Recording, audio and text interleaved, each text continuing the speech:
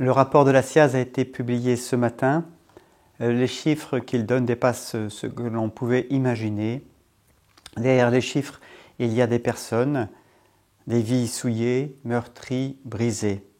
Personnellement, ce rapport me bouleverse, m'écœure et me scandalise.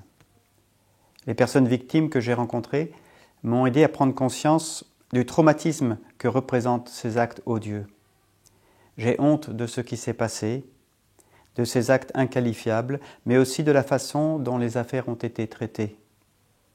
Ces chiffres effroyables montrent que dans le passé, l'Église a été défaillante en voulant gérer en interne ces questions. Elle n'a pas su ou n'a pas voulu voir ce qui se passait et a mis bien du temps à réaliser l'ampleur du phénomène. Des personnes victimes ont eu le courage de parler, parfois grâce à des associations. On a pu parfois se sentir agressé par de telles associations, mais il faut bien reconnaître qu'elles ont permis de faire avancer les choses. C'est en partie grâce à la Parole libérée à Lyon que l'Église, qui est en France, a mandaté une commission indépendante pour faire la vérité et aboutir à la publication de ce rapport. Dans le diocèse de Lyon, de 1950 à aujourd'hui, 76 cas de prêtres et religieux auteurs d'abus sexuels ont été recensés, dont 49 sur personnes mineures. Mais ce rapport établit que de nombreuses personnes victimes ne se sont pas fait connaître. La publication de ce texte est douloureuse. C'est un choc pour l'Église. Ce choc sera salutaire s'il est l'occasion de regarder la réalité en face et de prendre les mesures nécessaires.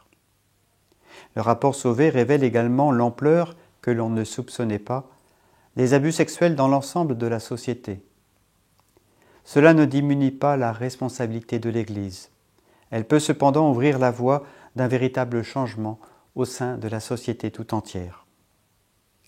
Certaines des mesures préconisées par le rapport ont déjà été mises en place, mais le président Sauvé nous demande d'aller beaucoup plus loin.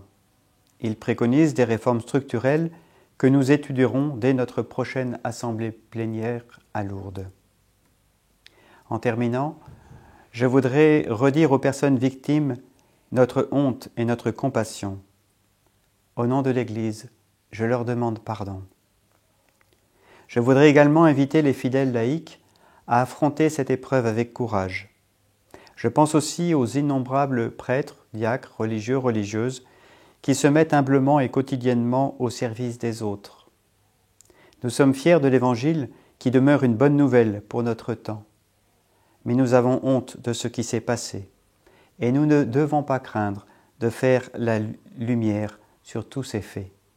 Ensemble, travaillons à restaurer la confiance.